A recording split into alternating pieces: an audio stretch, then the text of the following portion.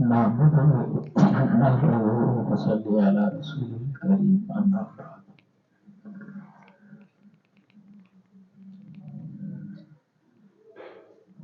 اللہ تعالیٰ نے اس جہان میں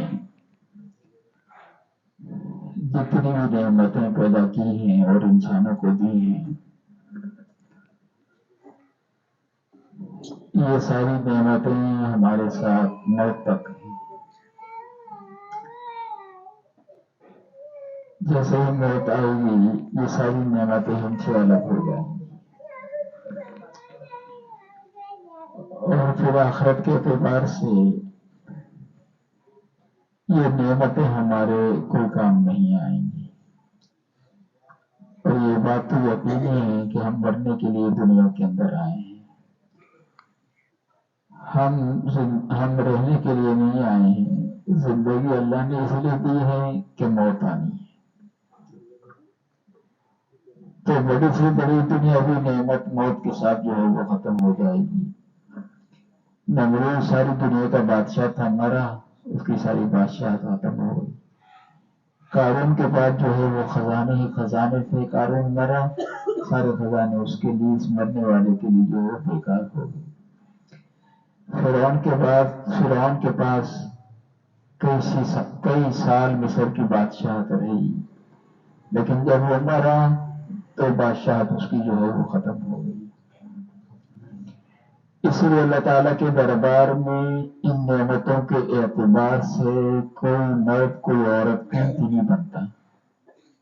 کبھی اس کے پاس مال بہت زیادہ تھا تو اللہ کے یہاں اس کی قیمت لگ جائے، یہ ملک کا بادشاہ تھا، اللہ کے یہاں اس کی قیمت لگ جائے.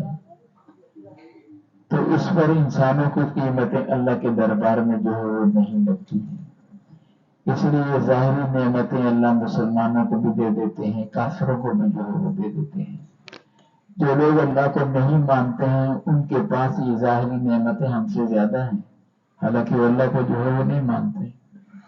اس لیے کہ ان ساری نعمتوں کی قدر و منزلت اللہ تعالیٰ کے یہاں لو کانت الدنیا عند اللہ تعالی مثل جناح بعوضہ، اگر ایک مچھر کے پر کے برابر ہوتی تو اللہ تعالیٰ کافر کو اس دنیا میں پانی کا ایک گھونٹ جو ہے وہ نہیں دیتے. یہ زندگی کی حاجات اور ضروریات پوری کرنے کے لیے اللہ نے یہ نعمتیں بنائی ہیں. اس لیے نہ ان کا مل جانا جو ہے وہ کمال کی بات ہے، نہ ان کا نہ ملنا جو ہے وہ نقصان کی بات ہے. لیکن کچھ نعمتیں اللہ نے ایسی بنائی ہیں جو موت سے پہلے بھی کام آنے والی ہیں اور موت کے بعد بھی جو ہے وہ کام آنے والی ہیں. اگر کوئی شخص اپنے ایمان کو بنا لے، کوئی طبقہ، کوئی جماعت، کوئی ملک اپنے ایمان کو بنا لے اور پھر ایمان والی زندگی پر آ جائے، اللہ کا وعدہ ہے کہ میں نے دنیا میں عزت دوں گا، دنیا میں میں انہیں امن دوں گا، دنیا میں میں ان کی حفاظت کروں گا، اور دنیا میں جو ہے وہ انہیں راحت جو ہے وہ عطا کروں گا.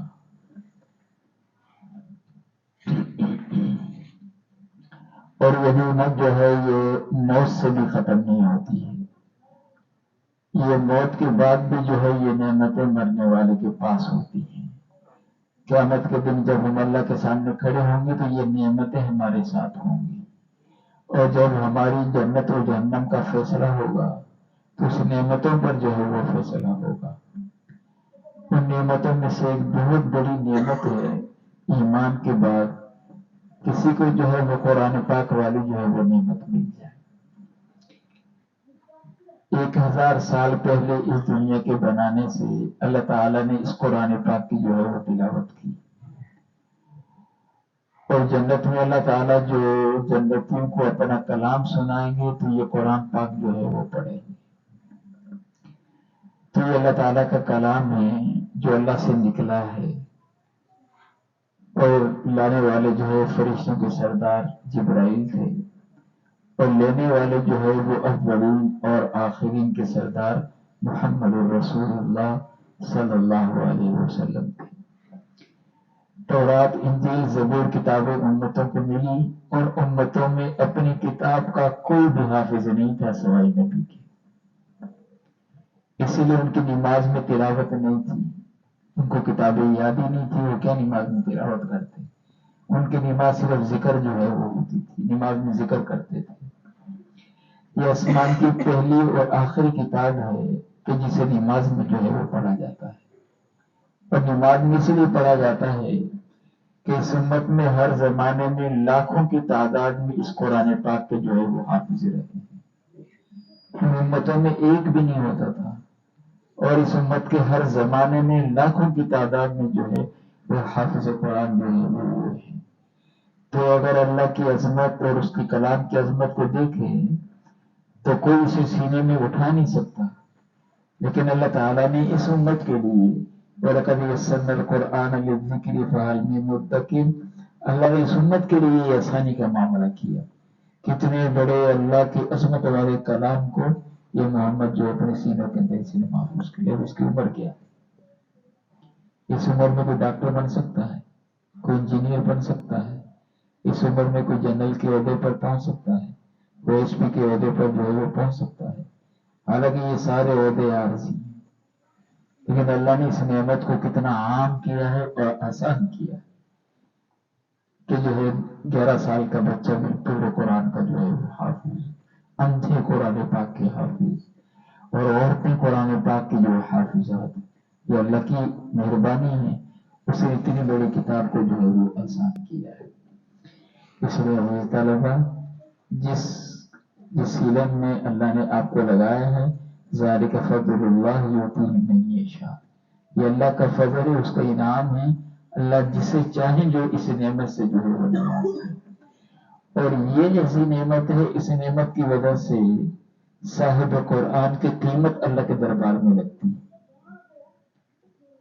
اور ایسی قیمت جو ہے وہ لگے گی کہ اگر ایک والد کے 4 بیٹے تھے، ایک انجینئر ہے، ایک ڈاکٹر ہے، ایک ملک کا جو ہے وہ صدر ہے، اور چوتھا بیٹا جو ہے وہ حافظ قرآن ہے، تو میدان حشر میں یہ تینوں بیٹے ماں باپ کے لیے کچھ نہیں کر سکتے، نیکی تو وہ کوئی کسی کو دے گا نہیں اس میدان میں، لیکن یہ تینوں بیٹے ملک کا صدر ہے، ڈاکٹر ہے، انجینئر ہے، لیکن یہ ایک ذرے کے برابر ماں باپ کو نفع نہیں پہنچا سکتے میدان حشر۔ اور یہ چوتھا بیٹا جو ہے یہ صرف ماں باپ کو نہیں، یہ اپنے خاندان اور رشتہ داروں میں 10 جہنمیوں کو بچا سکتا ہے۔ اللہ کے رسول صلی اللہ علیہ وسلم نے خبر دی ہے، فضائل اعمال میں قرآن شیخ نے حدیث نقل کی کہ ایک حافظ قرآن 10 جہنمیوں کو، جن کے لیے جہنم کا فیصلہ ہو گیا ہوگا، ان کو اپنے ساتھ جو ہے جنت کے اندر جو ہے لے کر جائے گا۔ تو اس ابدی زندگی میں، ہمیشہ کی زندگی میں، اور جو ہے وہ کہ وہاں اللہ نے ایسی ایسی پریشانیاں مصیبتیں بنائی ہیں ہم سوچ نہیں سکتے، ان پریشانیوں سے، مصیبتوں سے جو ہے وہ آدمی کسی کی وجہ سے بچ جائے، اور پھر جنت کی ایک بالش، اتنی جو زمین ہے جنت کی، 7 آسمان اور زمین اس کی قیمت نہیں بن سکتی، اور پھر اسے جو ہے وہ اللہ جنت دیں گے، آخری یعنی سب سے چھوٹی جنت جو ہے وہ ساری دنیا سے اللہ تعالیٰ نے 10 گنا بڑی بنائی ہے، اس لیے یہ بہت بڑی نعمت ہے قرآن پاک کا جو ہے وہ کسی کو مل جانا۔ ان للہ اہلین، کچھ اللہ کے گھر کے لوگ ہیں، قیل من ہم یا رسول اللہ، اللہ کے رسول وہ کون ہیں؟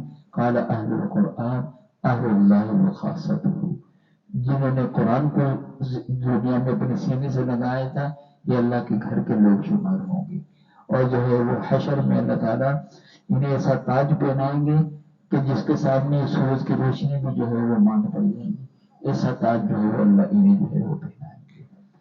تو اللہ تعالیٰ یہ نعمتیں خوش نصیب لوگوں کو جو ہے وہ دیتے ہیں، جنہیں اللہ تعالیٰ جنت دینا چاہیں، جہنم سے بچانا چاہیں، ایسے لوگوں کو اللہ تعالیٰ جو ہے یہ نعمت عطا فرماتے ہیں۔ باقی یہ تو ہو نہیں سکتا کہ ایک آدمی انگریزوں کی کتابیں پڑھے اور اللہ اس کو رزق دے، اور ایک آدمی اللہ کے کلام کو پڑھے اور وہ دنیا میں بھوکا مرے، یہ ہو نہیں سکتا، یہ اللہ کی غیرت کے خلاف ہے کہ انگریزی پڑھنے والے کو تو دے، اور جو ہے وہ اپنے کلام پاک پڑھنے والے کو اللہ دنیا کے اندر بھوکا رکھے، یہ نہیں، یہ اللہ کی غیرت کے خلاف ہے۔ اللہ عزت سے مقدر کی روزی اللہ عطا فرمائے. وہ روزی مقرر ہے جتنی اللہ نے کی ہے، لیکن اللہ وہی روزی عزت کے ساتھ اور برکت کے ساتھ جو ہے اس حامل قرآن حافظ قرآن کو جو ہے وہ عطا فرمائے. اس لیے جو ہے منور کو بھی مبارک ہو ان کو بھی کہ اللہ نے یہ نعمت آپ کو جو ہے وہ عطا کی ہے. انشاءاللہ اس یہ نعمت ہمارے لیے جو ہے وہ جہنم سے بچنے کا ذریعہ بنے گی اور جنت میں جو ہے وہ جانے کا جو ہے وہ ذریعہ بنے گی. حافظ قرآن جو ہے اپنے ماں باپ کو جو ہے وہ جنت کے اندر جو ہے وہ لے کر جائے گا. یا حافظ قرآن سے اللہ نے جو ہے وہ وعدہ کیا ہے کہ وہ اپنے ماں باپ کو جو ہے وہ جنت کے اندر جو ہے ضرور لے کر جائے گا. جب جنتی جنت میں پہنچ جائیں گے، لیکن یہ جنت میں جو پہنچا یہ حافظ قرآن پہنچا ہے تو قرآن اس کو کہے گا کہ بھی تو جنت میں آ گیا ہے کہ اللہ نے تیرے لیے تیرے اعمال کو دیکھتے ہوئے اللہ کا فضل ہوا تو یہ جنت مل گئی. اب میں اللہ کے پاس جاتا ہوں، تیرے لیے جا کر اب میں سفارش کروں گا کہ اللہ اس کے جنت کے درجے کو بلند کر دے، یعنی اس کو اس سے اعلیٰ جنت عطا فرما. تو پھر قرآن اللہ کے دربار میں جائے گا کہ میں اس حافظ کے لیے سفارش کرنے کے لیے آیا ہوں اور وہ جنت کے مثال کے طور پر تیسرے درجے پر ہے تو میں سفارش کرتا ہوں کہ اسے چوتھے درجے کی جنت آپ عطا فرما دیں.